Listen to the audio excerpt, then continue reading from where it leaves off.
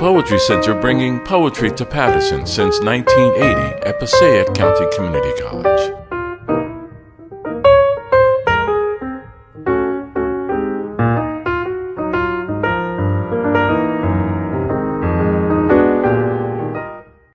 Vivian Shipley is our next writer, and she won the 2003 Connecticut Book Prize for Poetry, which is really a major award. And Vivian has degrees from the University of Kentucky and received her PhD from Vanderbilt University. She has been teaching at Southern Connecticut University, where she is a distinguished professor of the Connecticut State University system, and is also the editor of the Connecticut Review, which is, many of you know, a very impressive magazine that Vivian has taken in a couple of years and turned into, under her editorship, really given it national prominence and turned it into an exquisitely beautiful magazine. She has published 10 collections of poetry and has twice been nominated for a Pulitzer Prize. Her awards include the Lucille Medwick Award from the Poetry Society of America and the Ann Stanford Poetry Prize, among others.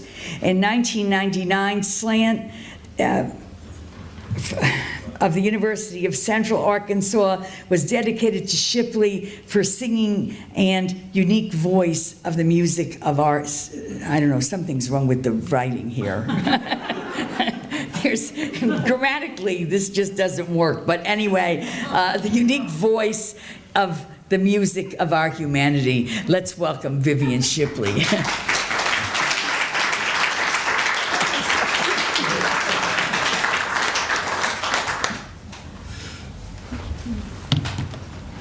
In terms of height, we're going from one extreme to another here. Can everybody hear me? I think the reason you got confused with the slant is that if you ever heard me sing, you would all go running in fright from the room. I too am particularly honored to win this prize. I think in particular because many of the poems in this book, actually most of them, are written to help preserve voices, to help save the names, details of lives of people who have been persecuted, put to death, who have struggled through horrible lives and gone under, and their voices were never preserved and given the recognition that they should have. I think it's very nice that I'm following your wonderful reading about Faye, because it's again indicative of a voice who did not surface. And the poem that I'm going to read first is about Charlotte Mew, who was a British poet who also had insane sister and brother, had to struggle with constant poverty, caring for a mother. It's a very similar kind of story, and also very equally sad. But this is for Charlotte Mew, 1867 to 1928. Eeling in back of R.J. Julia's booksellers because my socks don't match, I head for the cushioned seat under the bay window so I can tuck my feet up. It's August, my face is pale as a tulip bulb, but next week I'll stalk Alida Monroe's description of you entering the poetry bookshop. Voice narrowing to a wire when asked if in fact you were Charlotte Mew, you answered, I am sorry to say I am. My signature is not painted on R.J. Julia's wood floors like other poets.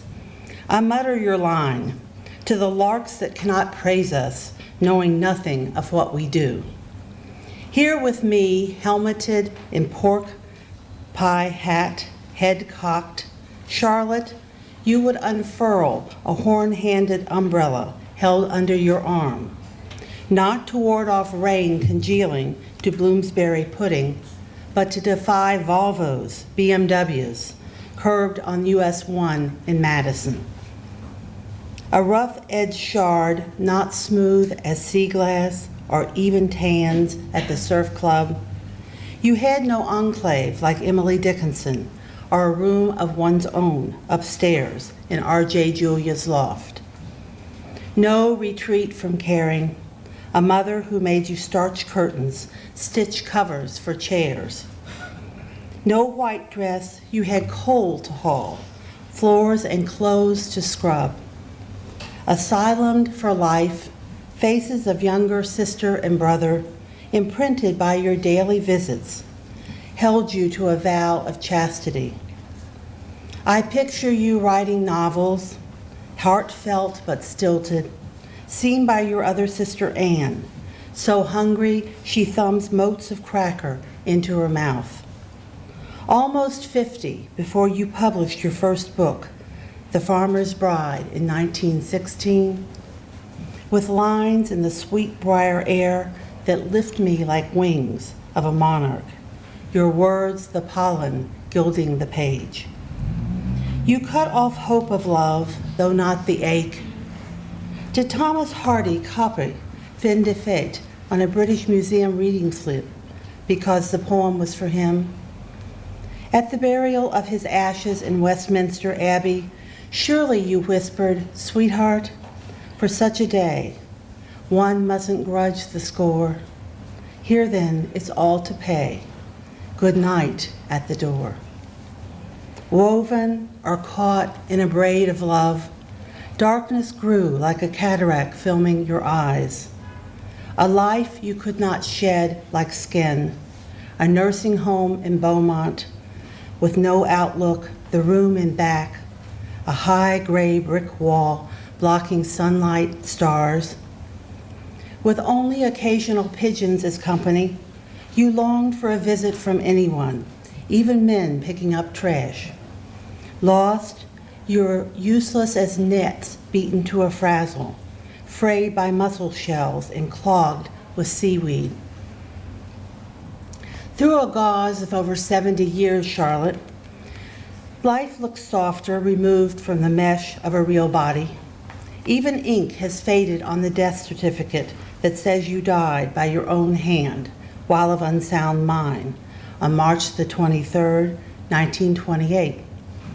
So many years of cleaning, your hands were numb, but not your throat when Lysol, a comet shooting through you, left a tail of pain curling like a tongue, licking at what would soon no longer be there.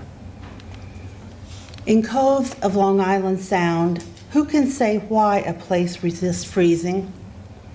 Undercurrents, perhaps, like ones in fame, a blot upon the night, the moon dropped child.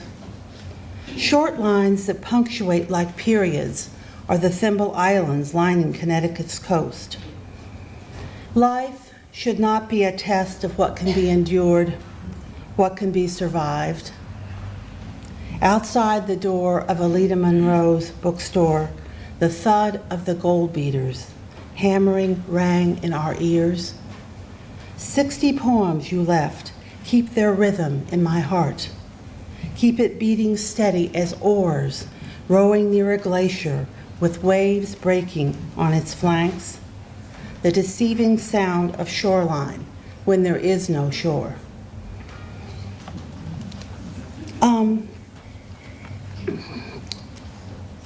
Another poem that I would like to read is about my father. Thank you.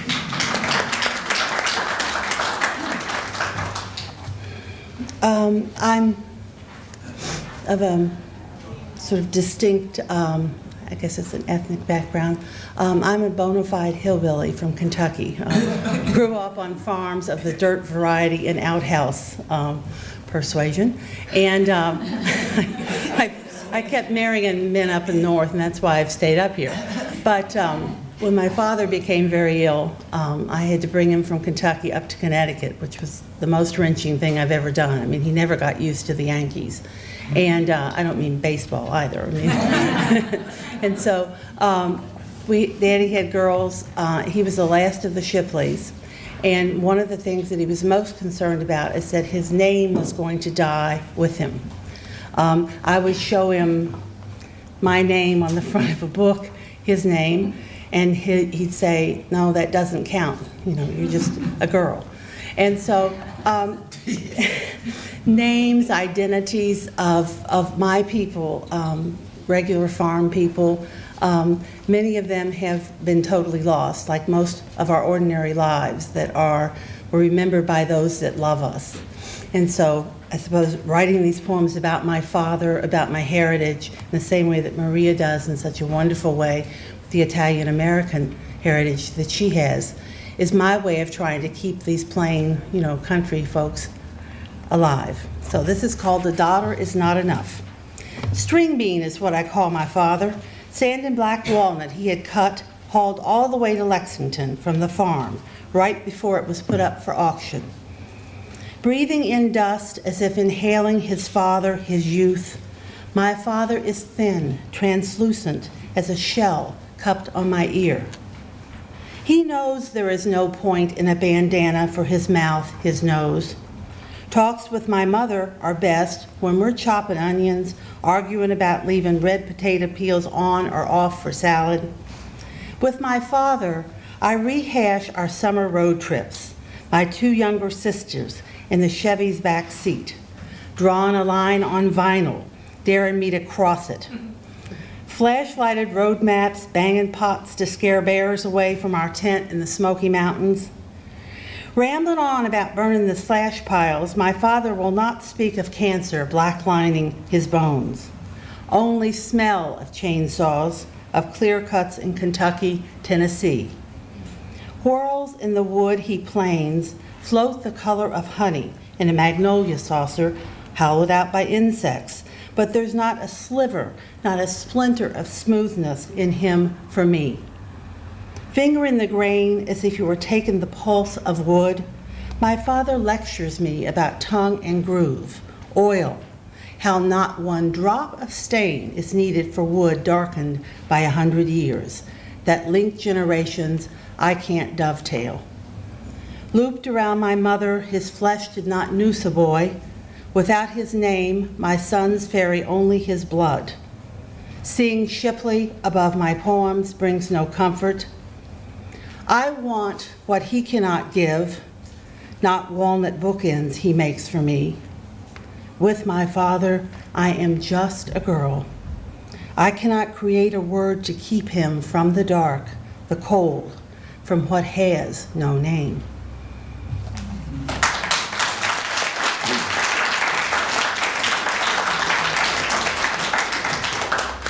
I'd also like to read my favorite poem. It's called First Ice. It's the last poem in the book. This is after my father died. I went down to Kentucky to pick out his gravestone. And every word in this poem is totally true, except for the fact that I talk about drinking wild turkey, and that's a lie, because Jack Daniels is my drink. So, straight up. But other than that, this is a true poem. It's called First Ice. Unlike my sorrow, which has started to scab, grass has not closed over this raw, red Kentucky clay. Over 8 months now, my father's plot is still unmarked, a rupture in my heart that needs to find a name to heal. I've come back to these hills to see the communion altar the Ladies' Guild built in Howell Valley Methodist Church with my donation, to measure other stones so Daddy's will not be the tallest. He avoided standing out, showing off in life, and there is no reason I can think of that he should in death. Marble I had chosen yesterday is too black, too glossy. I'll have to go back in the morning to Cheneyville, prove Mr. Crum was right, that it's always women who change their minds. What I want is a pint bottle of wild turkey, a jelly glass, to sit in my cousin Sue's kitchen and nip at Jim's country ham. Instead, to thank Hansel Pyle for putting a wreath on my father's grave, I head out across Hardin County, a place so religious, even grapevines are tied to crosses. Sure enough, I find pictures of Jesus, head wrapped in thorns, cracked linoleum floors, deviled eggs sprinkled with paprika. Minding my manners, I admire trophies won by Hansel's bulls. Linger over the photograph of Sammy, his grand champion at the Indiana State Fair. Done with the judge's ring, Hansel tells me his secret, a donkey to lead cattle around get them used to a rope. No blue ribbons for the donkey. All night, every night, it walked and walked. Stupid, helpless, tethered as it was to one halter then another. In winter, Hansel turned the donkey out to pasture without food. I imagine its cracked hooves scraping at what was in frozen ground. Stumbling through February, monotony broken by breath, a shadow moving from tuft to tuft. The donkey knew its duty here, knew its worth, knew its only chance for hay, corn. A small gray memory, each spring it came back to the pen, as I do to Howe Valley, these hills, to my father. Braided to reason, to its life, I think of the donkey, of what we accept if we wear it long enough, like the rope hooked to the bull, like octagonal links of a gold necklace I finger, like the weight of grief.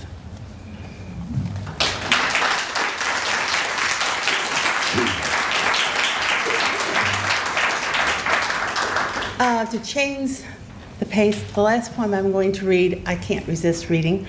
It's also for a woman whose voice, who feels, I think, at least a contemporary woman, who feels at least that she is being persecuted, that people are trying to silence her. And the poem's called Martha Stewart's 10 Commandments for Snow. And this is for Martha.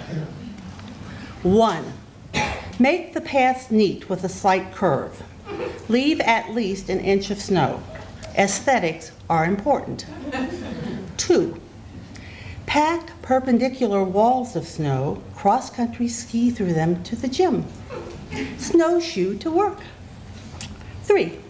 Walk your dog. Always hang a little whisk broom on your wrist. When you see yellow snow, remove it. 4. If you are old, stay in your own home, if you have one. Tie gross grain ribbons on sheets. Wash the gold china. 5. It takes 2 hours to make a snow cave. If you don't hibernate, balled in like a snake, an igloo takes 3. 6. You can sleep out at 5 below zero. It will be cozy. Dream a little. Dye the iced walls with food coloring. That's a thought. 7. Wrap yourself in layers of pastel tissue from Chanel. If you are poor, newspaper, cardboard, just anything. 8. Hyperthermia could set in. First signs are that you feel weak or sleepy. Keep someone nearby. A bottle will do. 9. The body is a furnace. Funnel or pour anything handy into your mouth. 86 calories per hour or 2,000 a day. And 10. You may have problems walking on ice and fall down. Don't beg. In calligraphy, letter, please pick me up. Thank you.